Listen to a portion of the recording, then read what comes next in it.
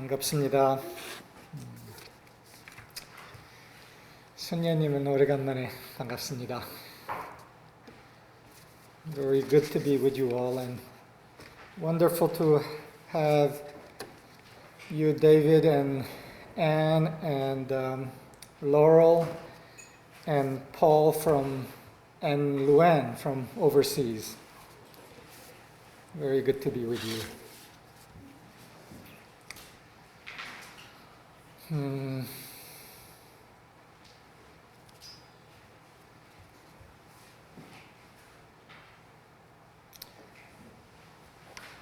지난주에 대구 청구중학교에서 제가 강의를 했어요. 존엄의 회복이라는 주제로 강의를 했는데 그 주제를 오늘 좀 더 깊이 다루고 싶습니다. Last week I had opportunity to give a presentation at the Cheonggu Middle School in the city of Daegu to the department heads there. A presentation that was titled The Recovery of Dignity. And I want to delve deeper into this subject. 그런데 그 후에 제가 이 주제와 관련된 영화를 마샤랑 같이 봤어요. 유명한 영화죠, 벌써. 한국에서 기생충이라는 영화. 그 영화를 본 분들 여기서 몇 명이 되나요? 손 들어봐 주세요. 꽤 되네 벌써. After that presentation, I had opportunity to watch a movie with Marsha that has become quite famous in Korea as well as worldwide. And it's a movie called Parasite. It's a Korean movie that just came out. It has won the Cannes Film Festival Top Award as well as having 6 Oscar nominations. The Oscars are coming up in a few weeks, I believe. 이 기생충이라는 영화는 지금 세계적 호응을 받고 있고 캔 영화 축제라 그러나 최고상을 받고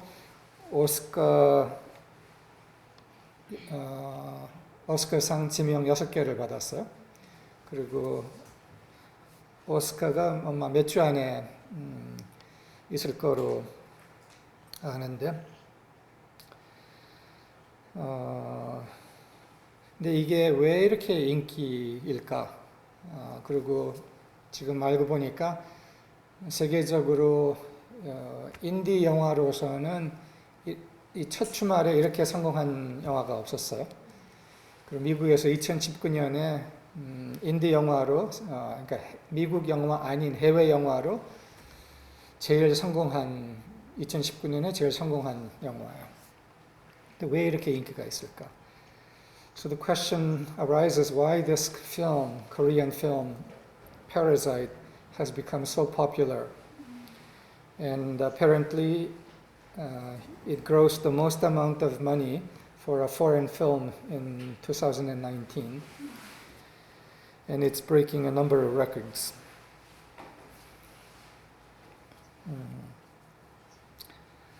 근데 이 영화의 핵심 내용은 존엄의 상실에 대한 거라고 우리가 이해를 할 수가 있어요.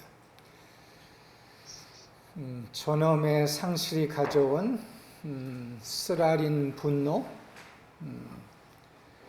억울함, 그리고 그 안에 복수심, 이런 것이 이 영화의 내용에 담아 있어요. When we ponder why this movie has become so popular, we can see that it has some relationship to the loss of dignity experienced by many people, not only in Korea but worldwide, and a loss of dignity that in part comes from the destruction of the middle class worldwide and economic despair that has swept the world. 그리고 이 존엄의 상실, 쓰라린 경제적 절망, 중산층의 몰락, 이것이 배경이라고 이해할 수 있어요.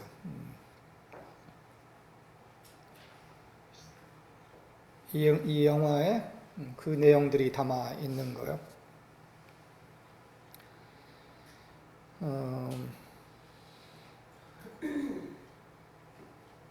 그리고 존엄의 침해,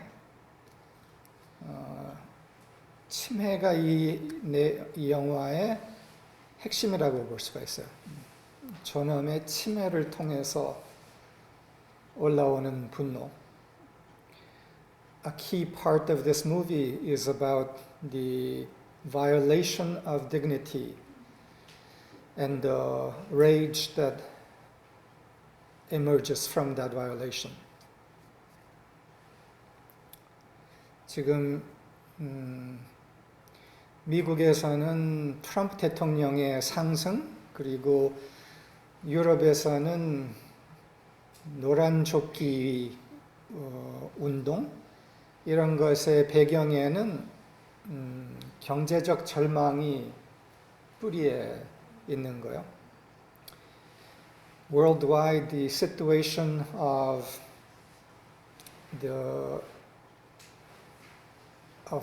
economic despair is at the background of the rise of President Trump and the rise of the Yellow Jacket movement in Europe. 이 영화의 스포일러를 얘기해도 될까? I wonder if I can share a spoiler regarding the movie. 뭐 작은 것만 할게요. 그 영화의 내용에서는 지하의 냄새라는 내용이 나와요. 근데 이게 하층 사람들에 대한 격려를 표현하는 찝찝한 지하 냄새를 갖고 있는 사람들이라는 이런 표현이에요. 근데 이게 부층에서 하층에 대한 좀 경멸하는 그런 표현인 거죠. 그리고 이 표현이 이 영화의 핵심에서 분노를 일으키고 결정적인 영화의 장면으로 등장을 하게 돼요. Something that is mentioned in the movie is the smell of the basement. And this smell of the basement is a symbol for the smell of the lowly class. And in a way, physically, it's the smell of people living in a basement with mold and conditions that are very unhealthy. But there's a reference in the movie about from a wealthy family that people riding subways have the smell.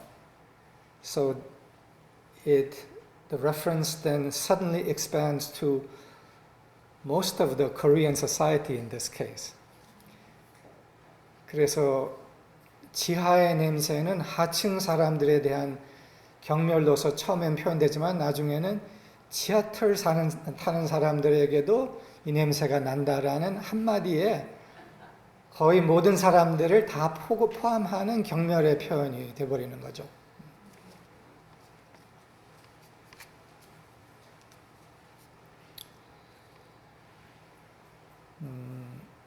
기생충이라는 그 제목 안에 충이라는 단어가 있잖아요. 벌레라는 단어. 그리고 우리가 한국 사회에서는 다 많이 들어본다시피 무슨 충, 저런 충, 사람들에 대한 충이라고 벌레라는 표현이 많이 일반적으로 등장이 됐죠. 충이라는 말에는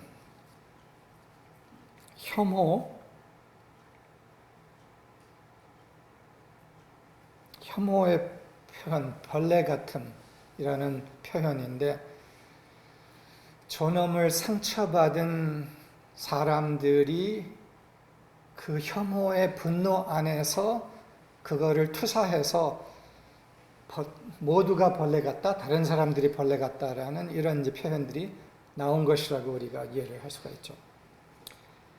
In the word parasite in Korean, the word contains the word insect. Parasite, insect. Insect. And the word insect, which in Korean is chung, has become quite commonly used in Korean society in a derogatory way to describe people of various sorts that are described as this type of insect, that type of insect. It's a hate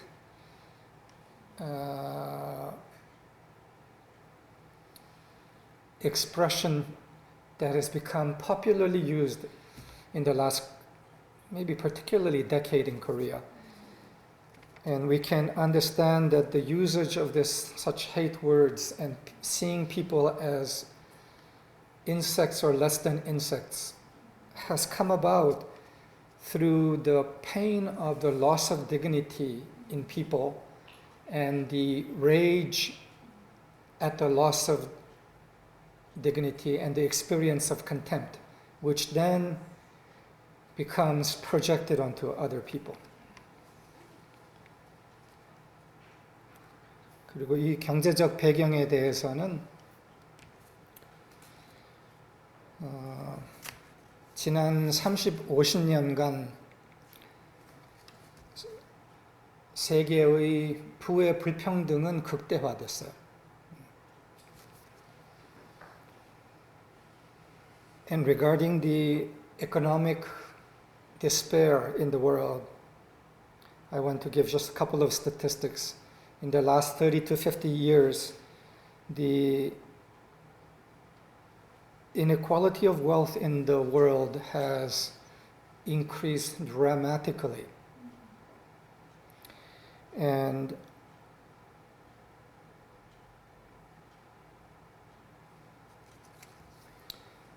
지난 35년 동안은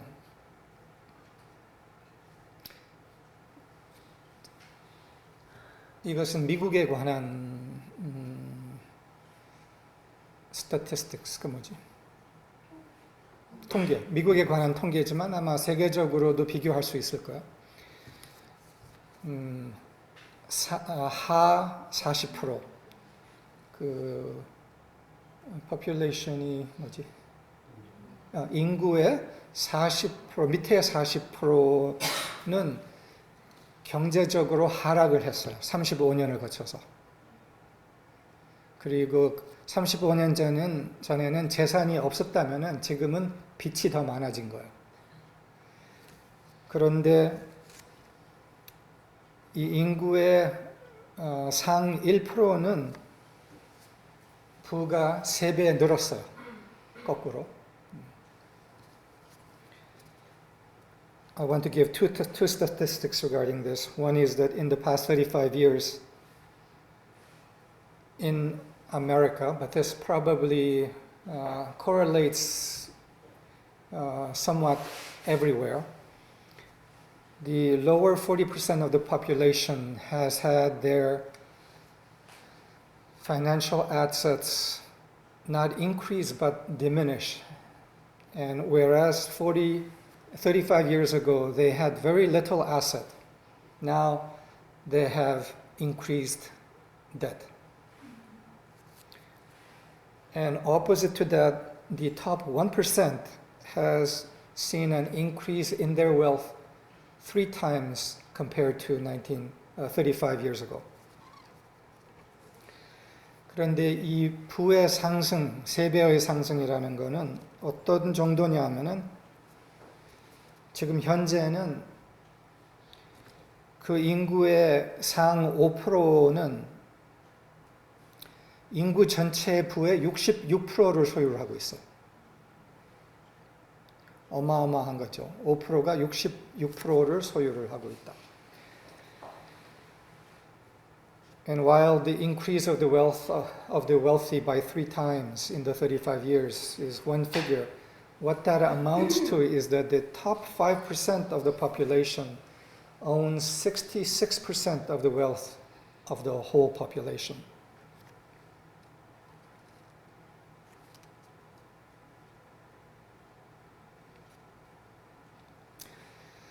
지난 1년 동안 존엄에 대한 책이 2권이 출판이 됐어요. 둘 다가 상당한 주목을 끌고 있어요. 그리고 둘 다 한국에서 번역이 됐어요. With the situation of such a economic despair worldwide, the economic despair doesn't remain at economic despair, but a sense of loss of dignity also ensues from it. And 2 books on the topic of dignity have been published in the past 1 year, and both of them translated into Korean and receiving quite a bit of attention. 하나는 미국에서 출간된 책이고 일터의 품격이라는 책이고, 또 하나는 존엄으로 사는 것이라는 책인데 그건 독일에서 출판이 됐어요. These 2 books, one published in United States by Donna Hicks, is Leading with Dignity, and the other book published in Germany, which has not been translated into English yet, but has been translated into Korean, is titled Living with Dignity. 근데 이 책이 존엄으로 사는 것이라는 책이 영어로는 번역이 안 됐어요. 한국어로만 번역이 됐는데, 근데 그것도 좀 재밌는 현상이에요. 내 짐작에는 존엄에 대한 이슈가 한국에서 더 크기 때문에 더 관심거리가 되기 때문이지 않을까 생각이 들어요. Now it's interesting that this book, Living with Dignity, has not been translated into English but into Korean. And my guess at it is that the issue of dignity is more severe, and the loss of it is more severe in Korea than in the United States.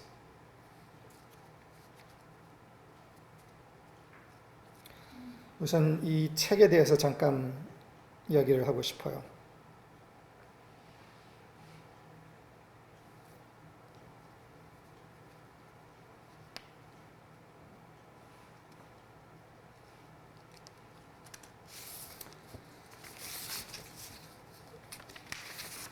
이 책의 소개에 이런 말이 있어요.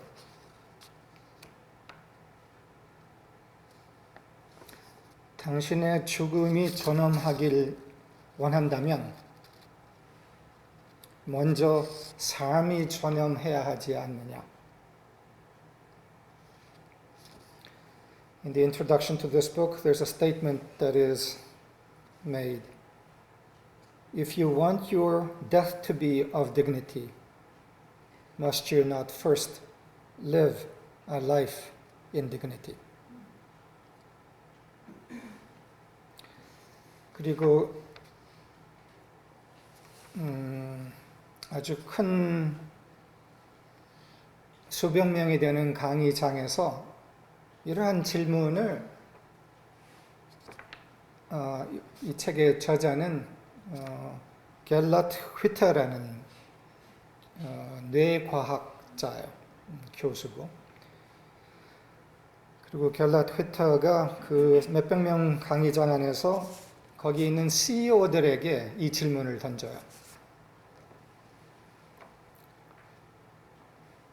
당신에게 아주 큰 이익을 얻을 기회가 주어졌습니다. 그런데 그 기회가 당신의 존엄성을 무너뜨리는 일입니다. 과연 당신은 어떤 선택을 하겠습니까?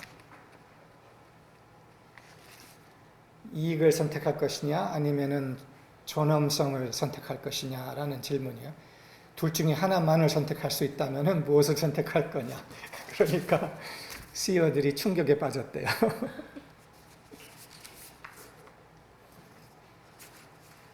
The author of this book is a German brain neuroscientist and professor,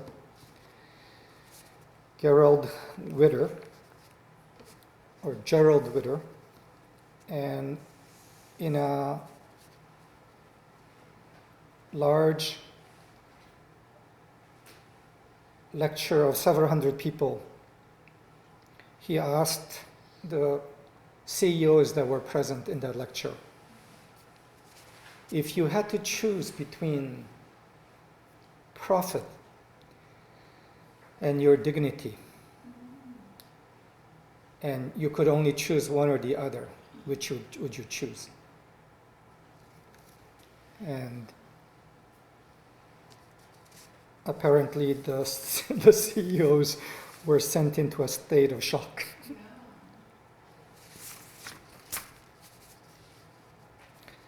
네, 이 말의 배경에는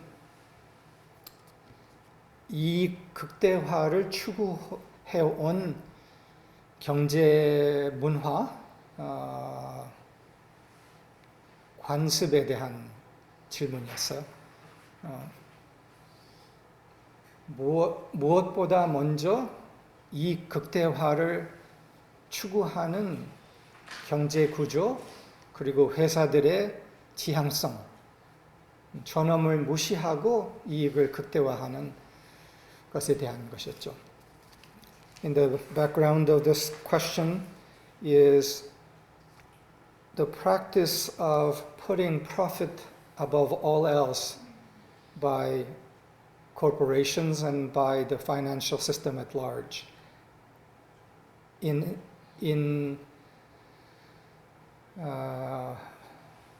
at times in violation of dignity of people.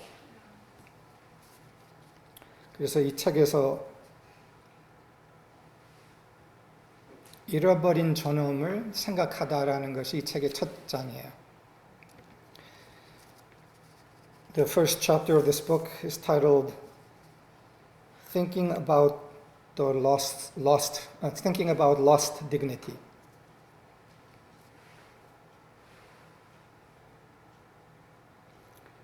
그러면서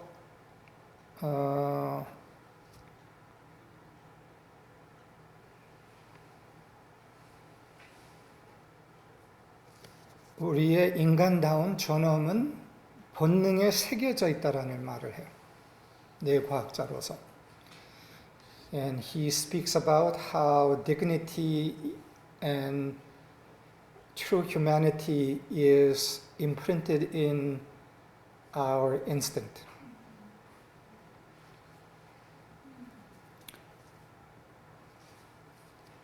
그리고 뇌과학자가 중세에는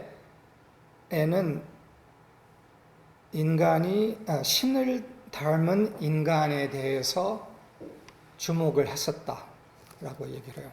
And while being a brain scientist, he speaks about the Middle Ages when the notion of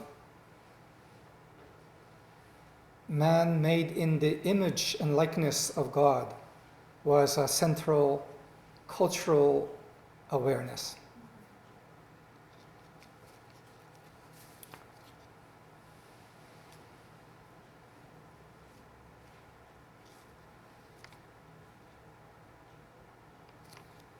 그러나 뇌는 학습이 된다라는 것이 이 책의 핵심 결론이에요.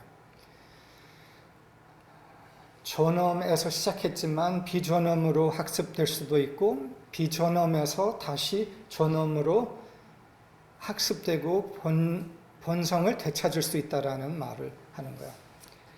A central theme of this book also is that the brain is 학습되다가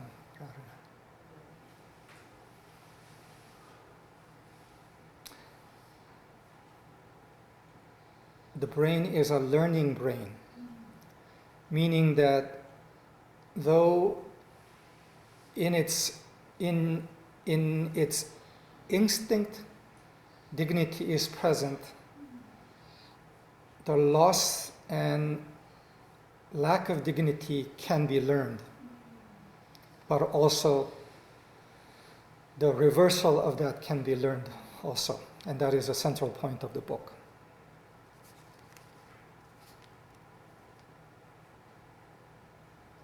그리고 이것을 21세기의 핵심 과제다라고 표현을 해요. And he speaks of this being the principal task of the 21st century, the retraining of the brain to know and live in dignity.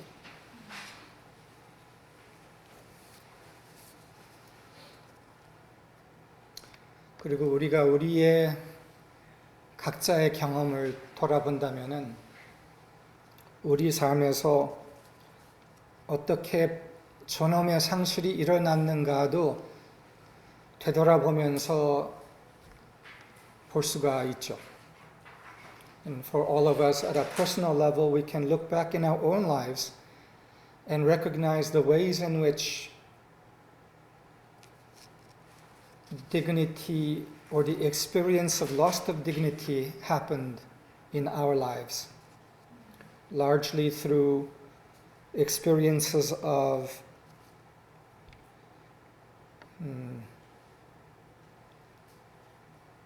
disrespect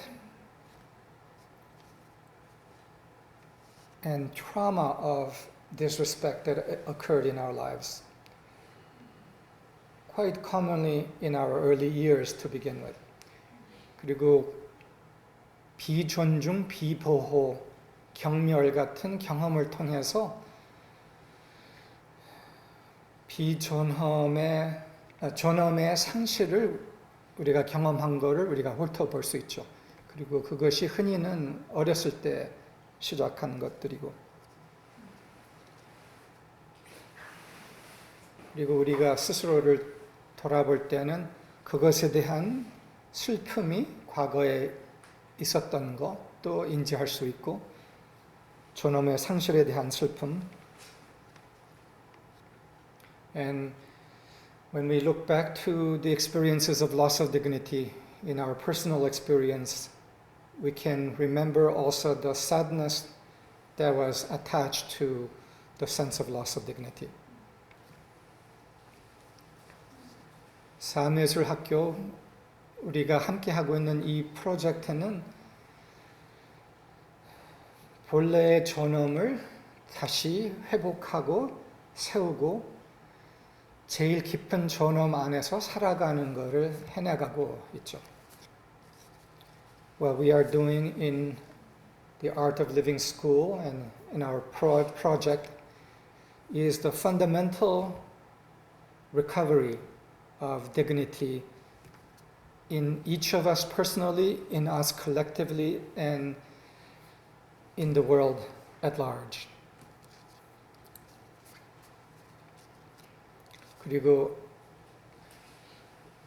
우리가 이때까지 전제해온 것은 어떻게 존엄의 상실이 아무리 컸다 하더라도 그 넘어서 상실될 수 없는 존엄이 우리 안에 있고 그것을 다시 회복할 수 있다라는 것이 전제였죠. And a fundamental premise of our program has been that no matter how great the loss of sense of dignity might have been and the wound to dignity there might have been in us, beyond all that loss and all that wound, there is the base of dignity in us that is inherent to us and can never be lost, and thus can be recovered, and ultimately recovered in full.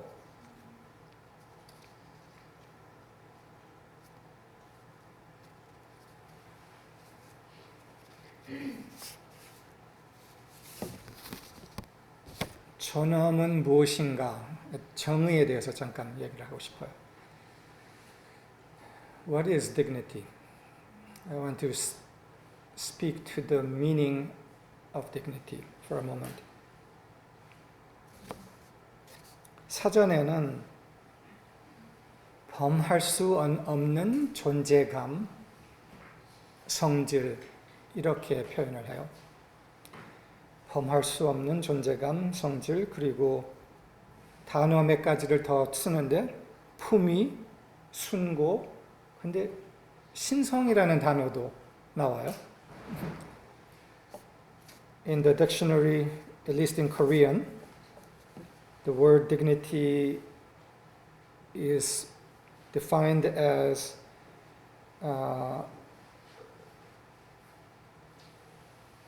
범할 수 없는,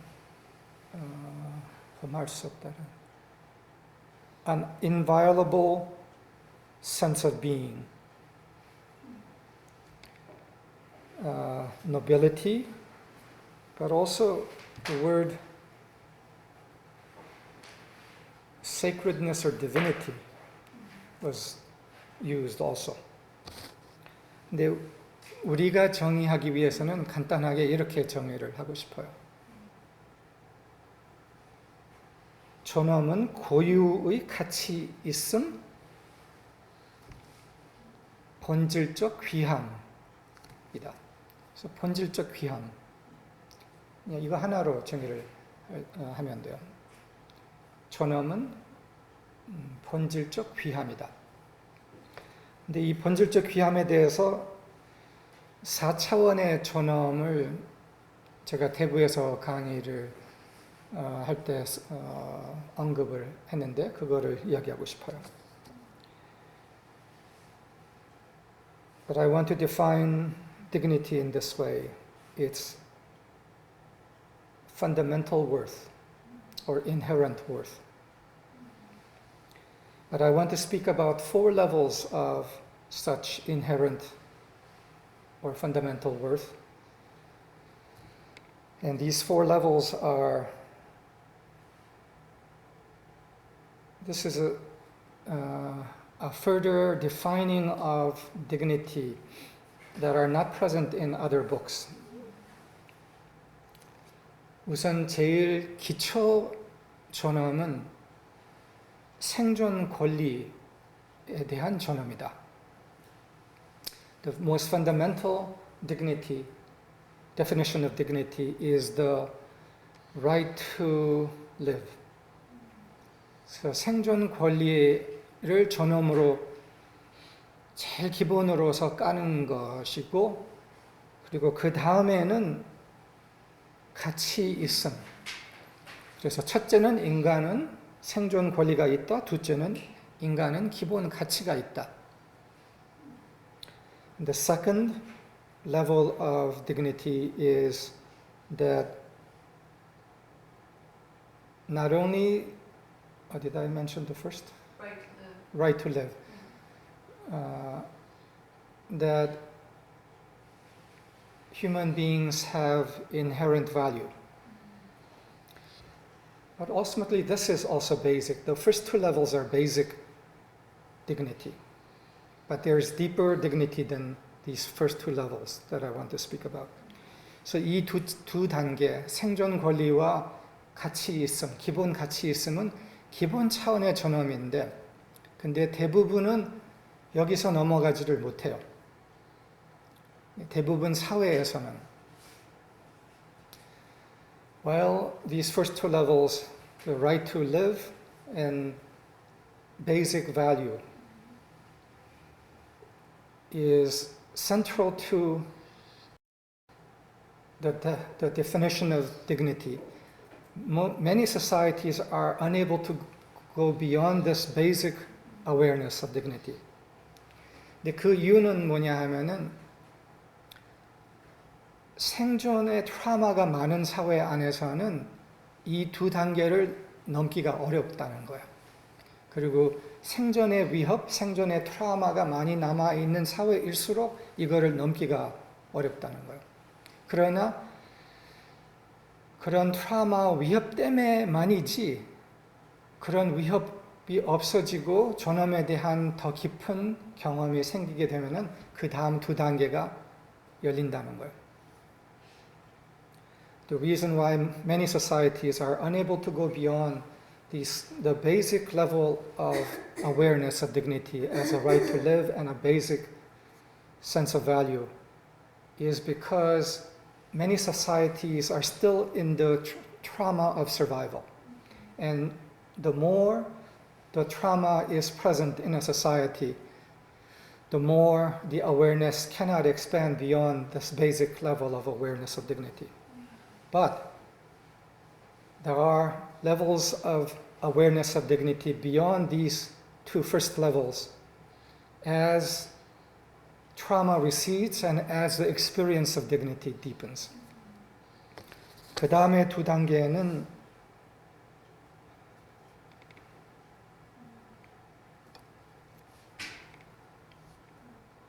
인간의 존귀함으로서의 전험이에요.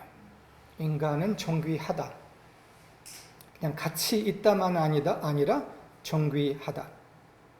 그리고 그거를 넘어서 더 깊이 그 의식이 확장됐을 때는 인간은 신성하다. 까지 전험의 의식이 확장이, 전험에 대한 이해와 경험이 확장이 된다는 거예요. The next two levels of awareness of dignity are that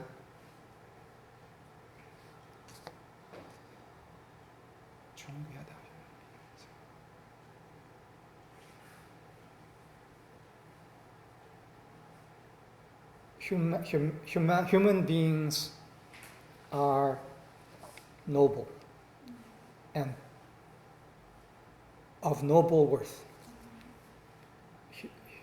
The noble worth of man and woman.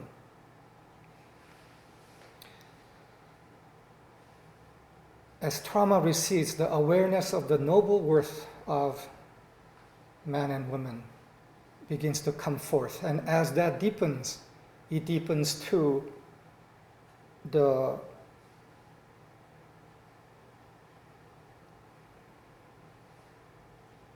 spiritual nature or divine nature of man and woman.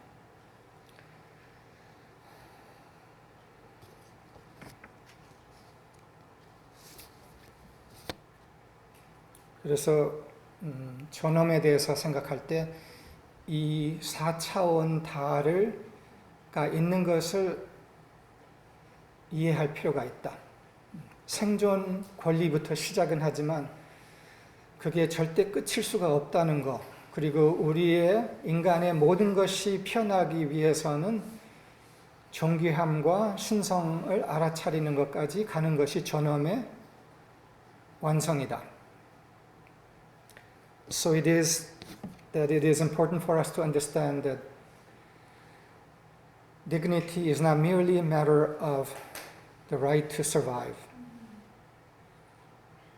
but that it deepens into awareness of the noble worth and divine nature of who we are. And that this is the fulfillment of the experience of recovery of dignity for human beings.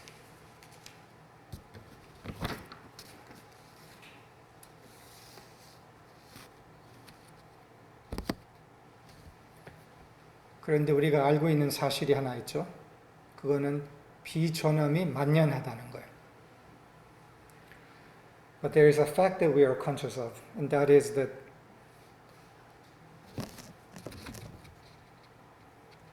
the loss of dignity or the experience of lack of dignity is pervasive in human societies. 근데 이게 어떻게, 왜 이렇게 됐는가? But how then did this become this way?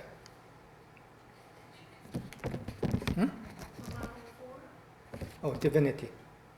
Divine nature was the fourth level.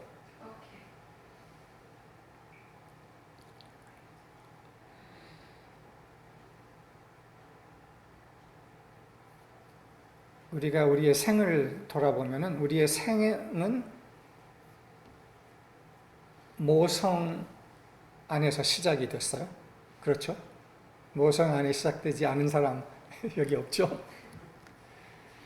For all of us, the beginning of our lives was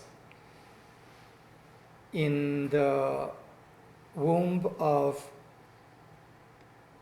a mother's love and care and presence. 그리고 모성은 본질적으로 각 사람의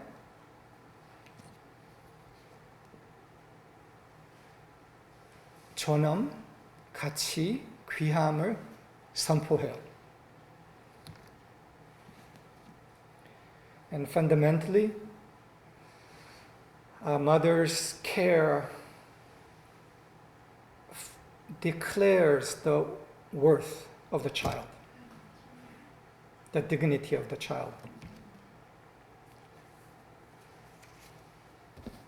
그런데 우리들 중에 이런 경험이 있는 사람들이 있어요. 내 엄마는 그렇게 나를 대하지 않았어. 어릴 때부터. 그리고 극단적으로는 어릴 때부터 경멸하고 한 그런 엄마들도 드물게는 있어요. But for some of us, there have been experience of a lack of protection through a mother from the beginning of life. And in rare cases, right from the moment of birth. 그런데 만약 그런 경험이 있었다면은 그것은 왜일까요? And if we had such an experience, why would that have been? 간단하게는 그것은 엄마의 극심한 상처, 트라우마 때문에 드물게는 그런 보호가 없지만 거의 다는 어떻게 해서든지 귀함 존중 안에서 시작을 했다는 거죠. Do I speak about mother's trauma? No. 때로는 이 순서를 제가 잊어버려요.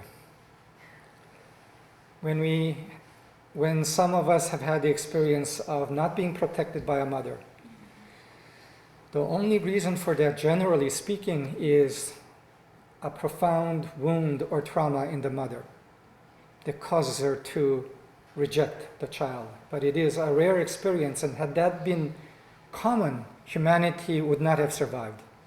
It's thousands of years of history. 그리고 만약에 그런 경험, 트라우마로서 아이를 거부하는 경험이 일반적이었다면은 인류는 지금 생존하고 있지 않겠죠. 이미 벌써 몰락을 했겠죠. 그 말은 뭐냐면 기본적으로는 우리가 존중받은 존엄의 경험에서 시작을 한다는 거예요. So what that indicates is that at a fundamental and core level of our experience, there is the experience of deep regard and of dignity, which is given at the start of life.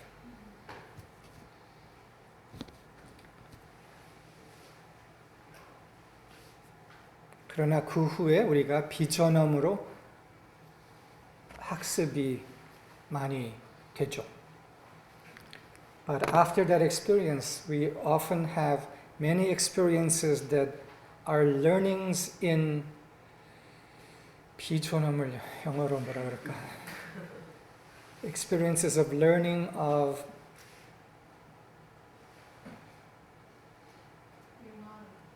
non-dignity. Non-dignity.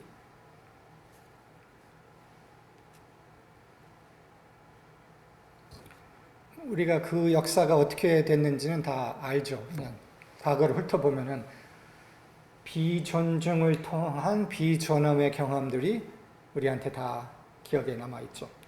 And for all of us, if we remember back to our lives, in our lives, we have the experiences of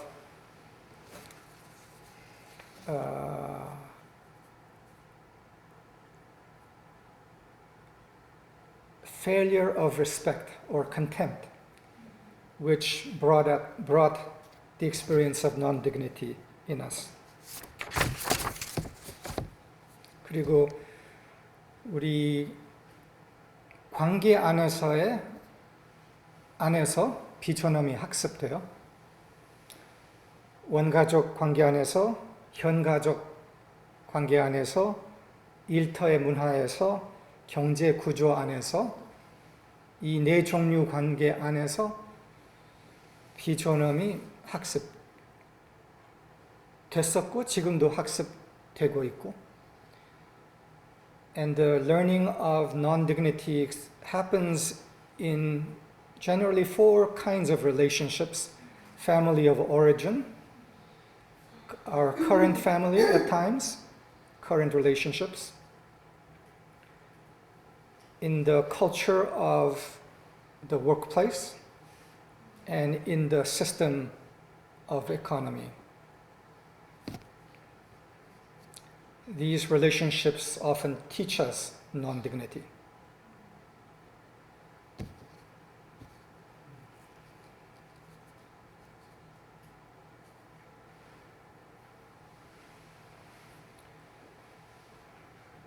이 비존엄의 원인에는 비존중, 비보호, 멸시, 폭력의 대우 등이 있죠. At the root of the experience of non-dignity, or the wound of dignity, is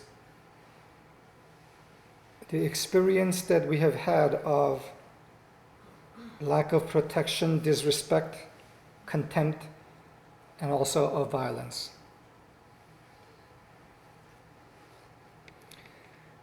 그래서 잠깐 6종류의 폭력을 언급하고 싶어요. 비존엄을 가져오는 6종류의 폭력. And I want to mention briefly about 6 kinds of violence that bring the experience of non-dignity or inflict the wound of dignity. 하나는 그 6가지는 신체적 폭력, 성적 폭력, 정서적 폭력, 언어 폭력, 경제적 폭력, 사회적 폭력. 이거에 대해서 하나하나 세세히 들어갈 수 있지만 그냥 시간상 그냥 이렇게만 얘기를 하고 지나갈게요. These 6 levels of kinds of violence are physical, sexual, emotional, verbal, economic, and social. And regarding each of these, we could go into quite a bit, but we'll just leave it at that for our purpose here. 그리고 이 폭력의 배경에 대해서 한국 사회의 역사에 대해서도 잠깐 언급하고 싶어요. And regarding the background of such violence, I want to speak about the history of the Korean nation in brief sketch. 지난 한 120년을 거쳐서 민족으로서 우리가 경험한 폭력의 역사를 보면은 조선 말기 시대의 폭력, 식민지 경험, 전쟁 경험, 가난의 경험, 독재의 경험, 그 후에 부의 불평등의 경험,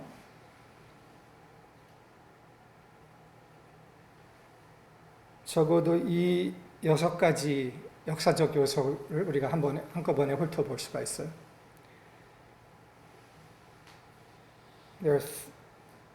In the last 120 years, Korea went through a time at the end of the Joseon period where there was tremendous corruption and inequality and the poverty of the majority of the people.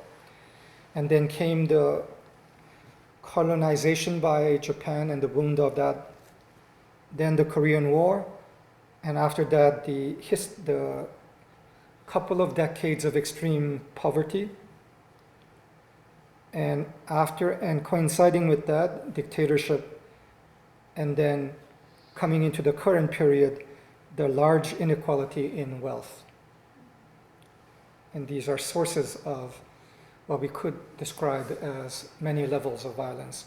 그래서 이런 역사적 경험이 폭력의 바탕이 되는 경험이었다고 우리가 이해할 수 있어요.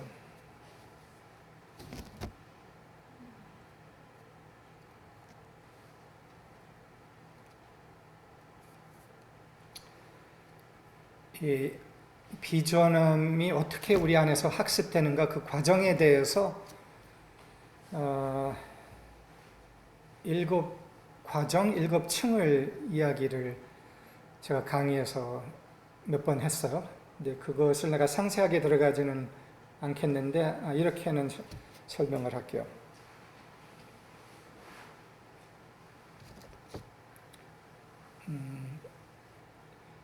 I want to touch next on the process of the learning of non-dignity. The 7 phases of it. 네, 그러기 전에 이 7단계를 3단계로 먼저 압축해서 얘기를 하자면은 우리의 본질적 존엄의 과정이 있고 그 넘어서 상처받는 과정이 있고 그 다음에 그것이 사회화된 나로서 등장하는 세 과정을 우리가 이해할 수 있어요. 상처 없는 본질 경험, 그 다음에 상처의 경험, 그 다음에 사회화된 학습된 나로의 경험. But before describing these 7 stages, I want to speak of the 3 stages that are a shorter summary of the 7. We begin with the experience of our fundamental nature and dignity. That's our core. And then we have the experience of wounding. And then after the wounding, we have the experience of the socialized self or persona that we experience of ourselves.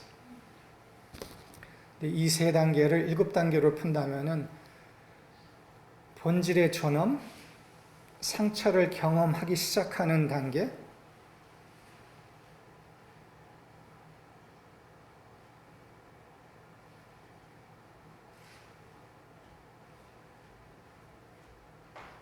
상처를 경험하기 시작하는 단계 전에 본질의 존엄의 경험, 그 다음에는 신성한 아이의 경험이 있어요. 본질적 존엄 다음에 신성한 아이의 경험. 신성한 아이의 경험이라는 것은 제일 어릴 때 사랑받고 아직 상처가 없을 때 아니면 비교적 없을 때 발랄했을 때 우리의 모습을 얘기하는 거예요. 그 과정을 거쳐서 그 다음에는 상처 받기 시작하는 과정, 그 다음에는 상처 받으면서 누가 나를 도와주기를, 구제해주기를 기다리는 아이의 경험, 그 다음에는 영어로 그까지 하고 돌아올게요. The first level of the 7 is our fundamental core of dignity that, or light that we experience in ourselves. You did 3. But this is the 7 now. Okay. The fundamental core of light or dignity experience. Then the second level is the experience of the divine child, which is the child in us before the wounding. All of us, when we were very young, for some it's short, for some it's quite a bit longer. We have the experience of the divine child of joy and vibrancy and vigor. And that child meets a traumatized society and the experience of the hurt child begins, which is a third level. and that hurt child goes to the fourth level stage, which is I describe as the waiting child, which is the hurt child waiting for someone to come and provide the protection and help them out of the pain. And when no one comes, then it reaches the next level, which is the child giving up. And then the next level, which is the sixth level, the armored child, after having given up. And then the seventh level is the armored child having become the socialized adult.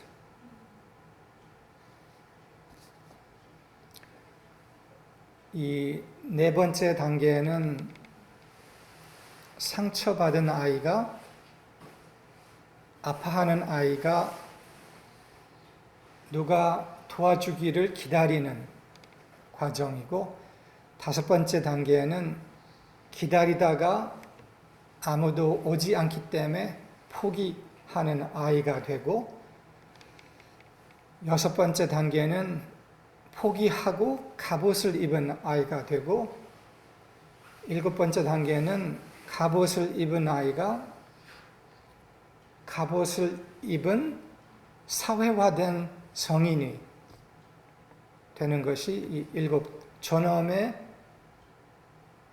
상실의 과정이라고 이해할 수가 있어요.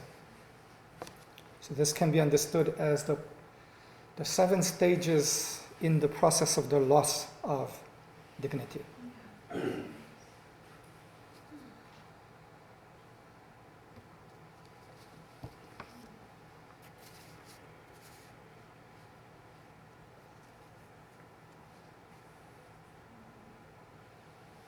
그러면 여기서 우리에게 중요한 것은 이런 식으로 비존엄이 우리에게 학습화됐다는 것, 비존엄의 상처가 우리 안에 들어왔었다는 것을 이해를 하고, 이게 사회가 학습화하는 경험을 통해서 우리에게 들어왔다는 것을 이해를 하고, 그 다음에는 뭐를 할 거냐가 우리에게 중요한 거죠. 모두에게 중요한 거죠. So this so far was a matter of understanding the process of the loss of dignity, how it came about, how it does come about. And then the more important question then is, how do we restore dignity? 존엄의 학습을 이제 거꾸로, 리버스를 뭐라 그러나? 거꾸로 한다?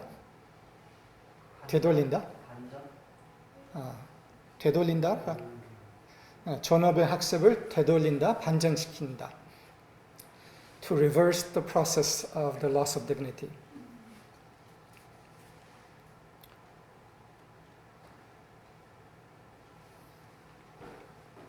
여기 핵심은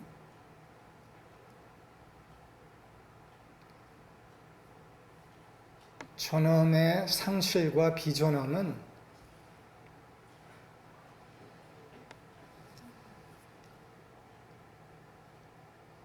그냥 보통이 아니고 우리에게 익숙하더라도 거부해야 할 것이다 라는 것을 확실히 알아차리는 거다, 시작은. The starting point of the recovery, the full restoration of dignity is the rejection of the loss of dignity, of non-dignity,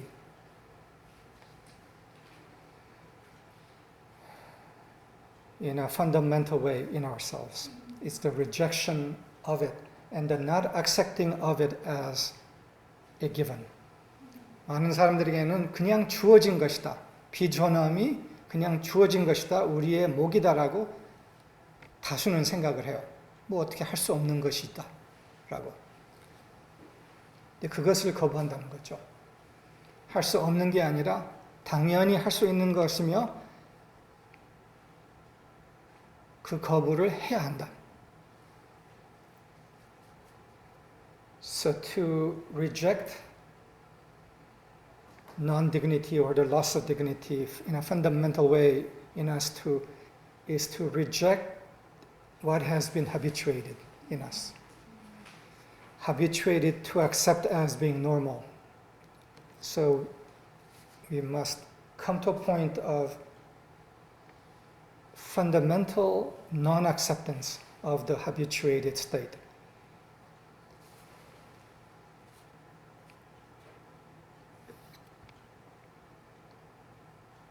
그리고 용기, 그다음에 결심. First, courage to reject, but second is determination. The determination to fully restore one's full spectrum of dignity, no matter what it takes. 둘째 결심이라는 것은 어떻게 해서든지 나의 존엄의 모든 것을 회복하겠다라는 결심. 존엄의 조금이 아니라 존엄의 모든 것을 회복하겠다라는 결심이 우리에게 요구된다.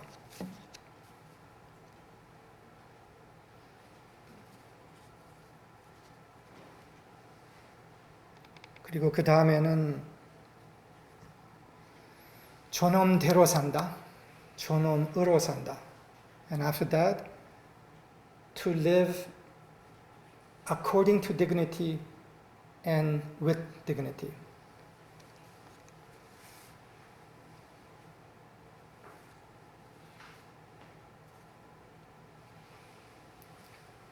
존엄으로 산다. 존엄을 또한 바탕해서 산다. 는 것은 창조자로서 산다는 거예요. To live according to dignity and with dignity is to live as a creator and not as a victim. 피해자가 아니라 창조자로서. 피해자는 존엄 상실한 사람의 정체성이에요.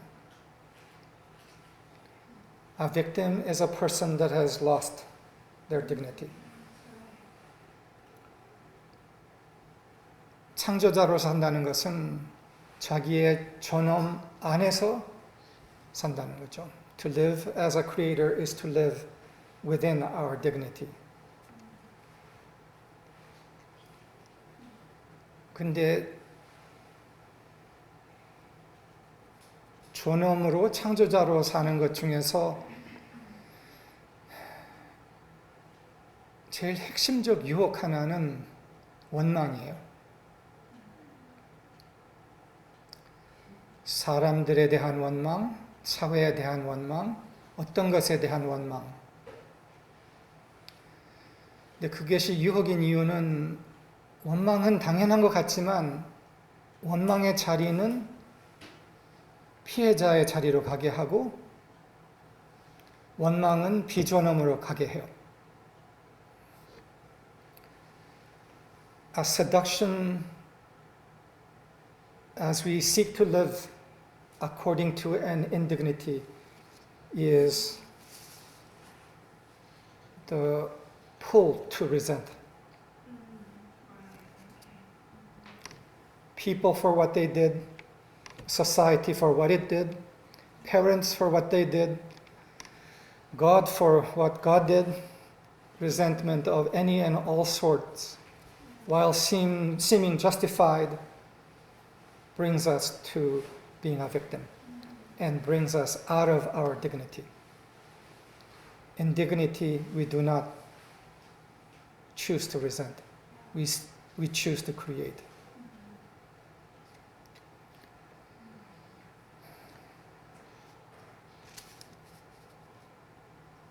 원망 없이 누구에 대해서 무엇에 대해서도 원망 없이 산다. 어떤 상황이라도 그 상황 안에서 창조를 한다.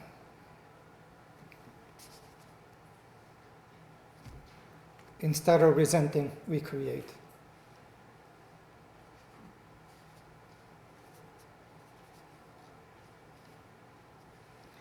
그리고 또한 작은 다른 위협 하나는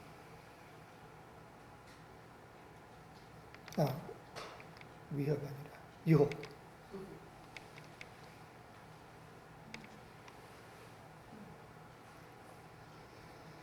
이익을 위한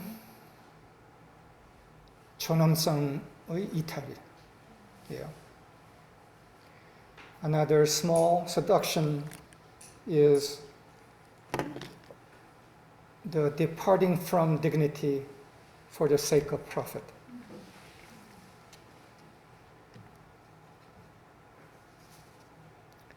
단기적으로는 그 이익이 나를 도와줄 수 있지만 장기적으로는 우리 양심은 벌써 존엄의 상실을 존엄에서 이탈한 것을 알므로써 우리 스스로가 떳떳하지 못하죠. When that choice is made for short-term profit over living according to dignity, there may be short-term profit, but within us, our own soul knows that we have violated and we have gone astray.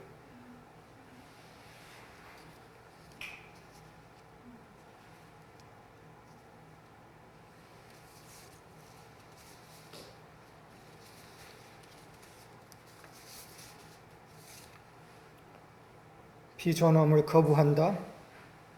비존엄 회복을 결심한다.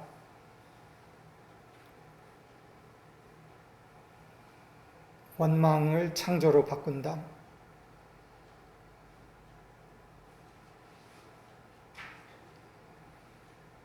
이익보다 존엄을 첫째로 선택한다.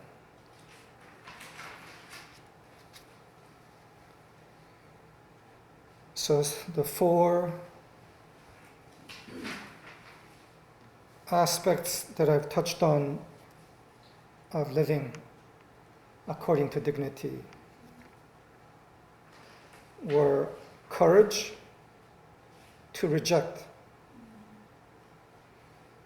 non-dignity or the learned non-dignity in us, courage and the determination to restore dignity in its fullness in us, and then choosing to create rather than resent, and choosing dignity over profit.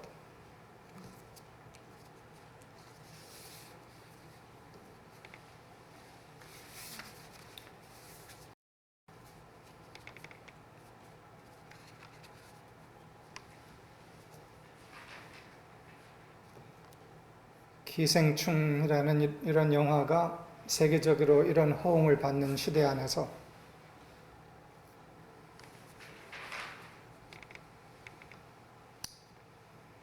존엄의 회복을 개척해가는, 그리고 존엄의 기본만 아니라 존엄의 모든 것을 회복해가는 사람들의 실제는 세계에게 지향점을 줘요. In a time in history when a movie like Parasite, with its story of the rage of the loss of dignity, is in the minds of so many people, the presence of those who live in accordance with dignity and are fully engaged in the restoration of dignity, not only in its basic level, but in its fullness, provides a point of orientation and direction for humanity.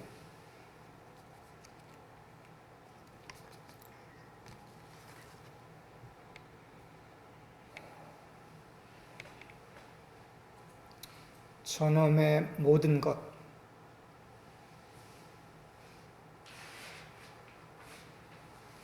끝내는 인간의 모든 것,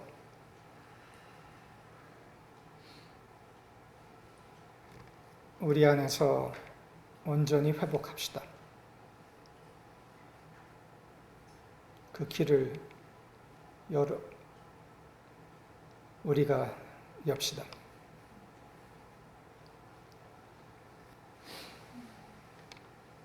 The fullness of dignity.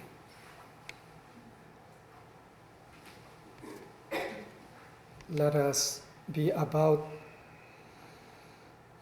the restoration of that in us and through us into the world. 감사합니다.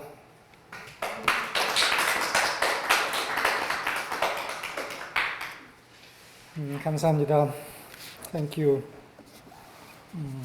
나도 생각해 보니까 카나다에서 한 5년은 지하실에 살았네. 이민자로서 우리 집에 지하실에서. I just recalled that when I was in Canada, from when I was about 14 to 19, I lived in the basement.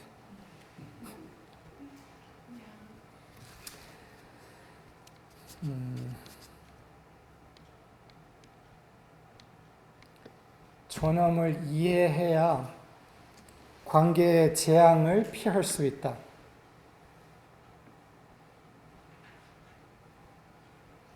이해하지 못하면은 침해를 하기 때문에, 모르고 침해를 하기 때문에 관계의 재앙을 만든다. If we don't want to create catastrophe in relationships, we need to understand about dignity. When we don't understand about dignity, in that lack of understanding, we violate others' dignity without recognizing and create catastrophes. 그리고 대부분 관계 갈등 안에는 존엄의 침해가 있는데 그것이 다루어지지 않은 채 남아 있음으로써 그 갈등이 지속된다. Within most conflicts of relationship, there is unattended, unhandled issues of violation of dignity.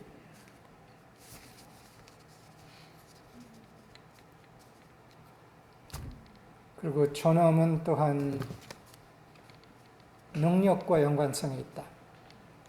존엄의 경험이 높을 때 거기에서 능력의 극대화가 따라온다. The experience of deepened dignity has a relationship with ability, and that enhanced ability comes from the deeper experience of dignity.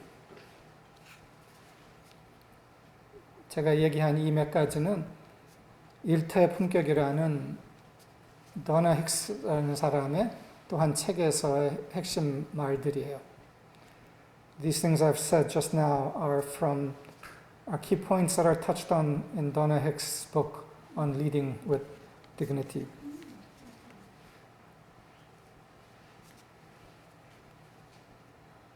그리고 우리가 집단적으로 존엄에 대해서 무지하다. 잘 이해를 하지 못한다. 그리고 특히 어떤 것이 침해인지 아닌지도 잘 인식하지 못한다는 거예요. 그래서 비존엄 또는 존엄 침해를 그냥 일상적으로 문화화해 왔다. 가족 관계 안에서는 이게 상당히 있죠. 그러나 회사 관계 안에서도 그렇고. Something else she said is that collectively we have been very ignorant about dignity, and particularly about violations, what violates dignity, and therefore have created catastrophes in families and in workplaces and in the culture at large.